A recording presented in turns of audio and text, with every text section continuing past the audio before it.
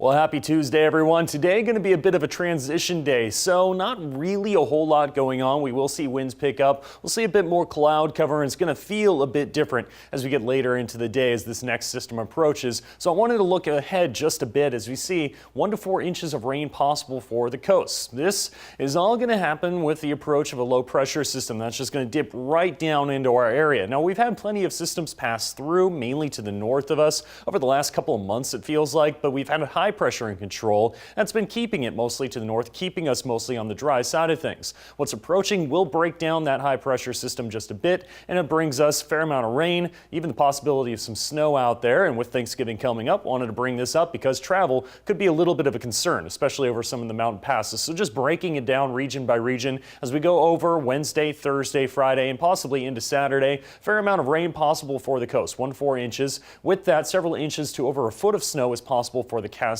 We're looking at areas like Crater Lake, the Cascade Mountain passes, specifically Lake of the Woods, for example, Diamond Lake, for example, seeing that possibility of a fair amount of snow actually sticking around. Now we head to the valleys, the Rogue Valley specifically, about a half to about 1.5 inches possible of rain overall, so we don't see nearly as much. It's actually a fairly typical system that we see this time of year in November. It's just taken a while to actually get here. Siskiyou Pass could see a little bit of snow as well, so if you are heading further to the south or further to the north over the Siskiyou Pass itself, there's that possibility of snow on the highways. Highway 140, just to throw that in there as well, 2 to 5 inches of snow possible. Very slick roadways as well. Because we've been so dry, a lot of the oils that get trapped in the roadways make their way to the top, to the surface with the water, could lead to some rather slick roadways. Even if you're away from the snow itself, the rain can still cause that effect. Checking out, you can see the satellite radar. High pressure still in control, but it's been weakened quite a bit. This next system you can see fairly well pronounced. That's going to pass on through. So let's zoom in just a bit.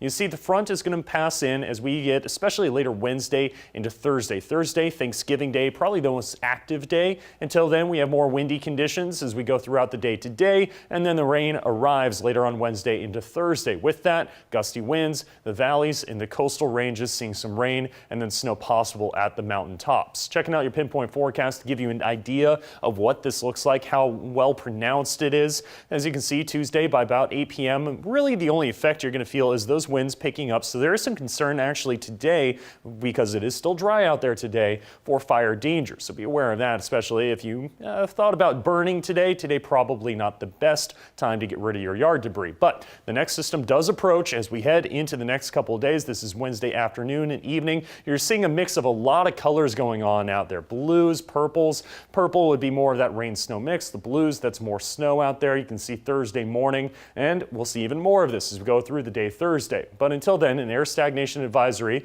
that'll last until about Wednesday morning. That's when we start to mix up some of that air quite a bit. We also have a high wind warning and wind advisory for Siskiyou County, flash flood watch, especially in areas that have been affected by fires, and then some freeze warnings as well, or frost advisories, because of the rather cold temperatures that we could see associated with this, especially this morning. Del Norte, Humboldt, and Mendocino County may be dealing with that. Otherwise, starting on the coast, partly cloudy skies with some fog, some haze, temperatures mainly in upper 50s to around 60 degrees. Those winds starting to pick up, especially in the West Valley, specifically the Shasta Valley. Could see some winds about 15 to 25 miles per hour, but it'll start to gust up to about 35 miles per hour at times. Temperatures very similar to yesterday, so overall not a whole lot of difference, just mainly looking at that chance of winds and increasing clouds, mixing in with the smoke and the haze from fires in Northern California, as you can see east of the Cascades as well.